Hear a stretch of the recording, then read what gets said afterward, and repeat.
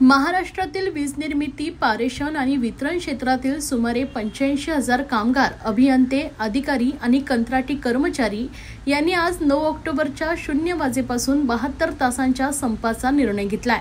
हा संप कोणत्याही आर्थिक लाभासाठी नसून राज्यभरातील वीज ग्राहकांना उत्तम, तत्पर आणि स्वस्त सेवा मिळावी, वीज क्षेत्रातील खासगीकरण थांबावे आणि कामगार हिताची धोरणात्मक मागणी मान्य व्हावी यासाठी करण्यात आला आहे।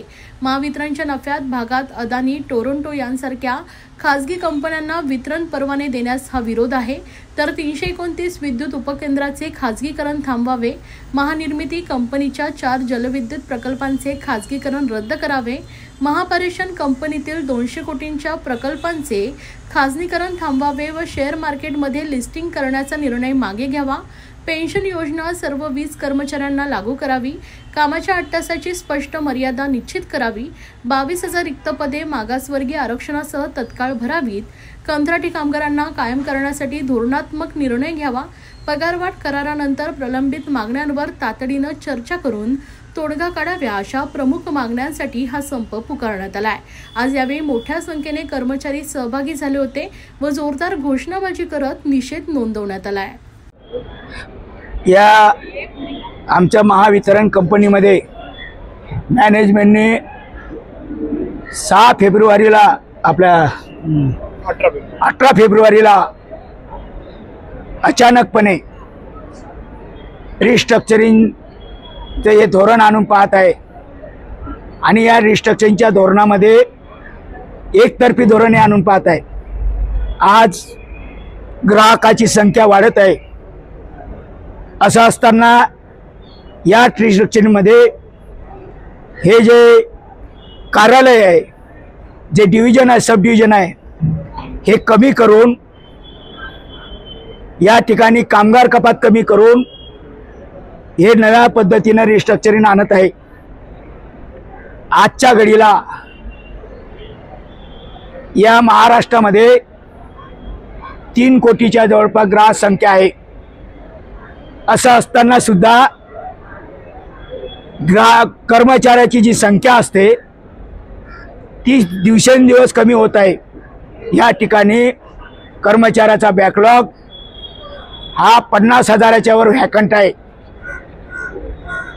असं असताना ग्राहकाची सेवा उत्तम देण्याकरता आम्ही बघत आहे की ग्राहकाला आपण समाधानकारक सेवा देत नाही आहे। असं असताना ग्राहकाची संख्या वाढत असताना रिस्ट्रक्चरिंगच्या नावाखाली, बोनस नावाखाली बदलाव करतोय, कामगाराच्या हितासाठी बदलाव करतो। खरं म्हणजे आमच्या कामगाराला, प्रत्येक लाईनमनला वसुली करण्याचं काम आहे, मेंटेनन्सचं काम आहे, त्याला घरी येण्याची वेळ त्याची निश्चित नाही आहे, परंतु घरून मात्र त्याला लवकर जावं लागते। अशा परिस्थितीमध्ये आमच्या कामगारावरती प्रचंड ताण आहे।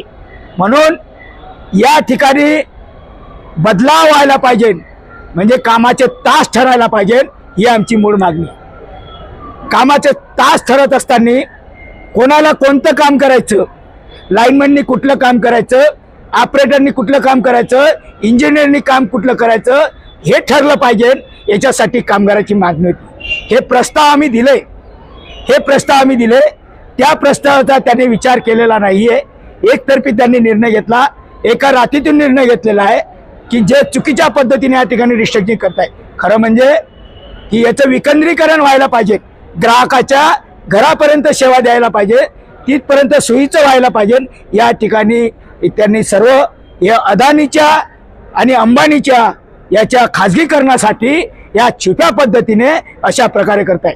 तर आज हे स्मार्ट मीटर, ज्या स्मार्ट मीटरला जनतेचा सुद्धा विरोध आहे, आमचा सुद्धा विरोध आहे।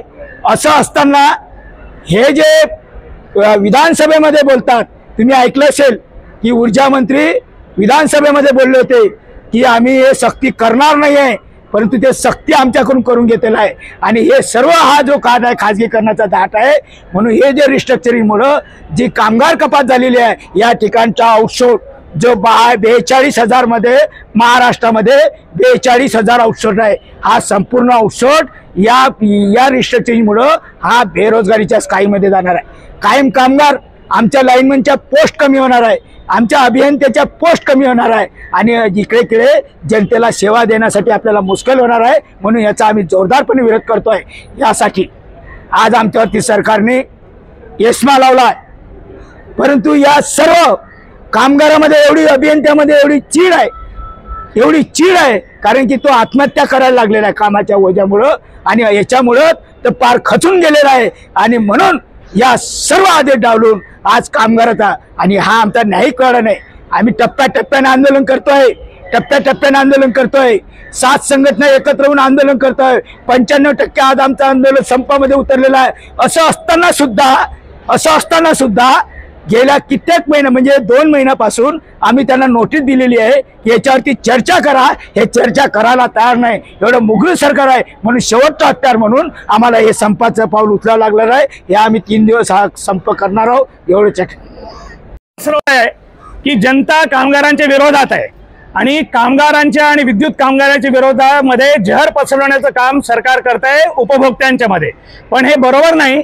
उपभोक्त्यांना सुद्धा नीट कळून चुकलेलं आहे की खाजगीकरण त्यांच्या पूर्णपणे विरोधी आहे, हितविरोधी आहे आणि म्हणूनच अनेक जनसंघटना, सामाजिक संघटना या आंदोलनाला पाठिंबा देतात। ऑल इंडिया बँक एम्प्लॉईज असोसिएशननी डिक्लेअर केला पाठिंबा, ऑल इंडिया पॉवर इंजिनियर्स फेडरेशनने पाठिंबा डिक्लेअर केला आहे, कामगार एकता कमिटीने डिक्लेअर केला आहे, तसंच अनेक ठिकाणी महाराष्ट्रात डिक्लेअर केला आहे। हे पण आपल्या माध्यमातून तुम्ही जनतेपर्यंत पोहोचवा। धन्यवाद।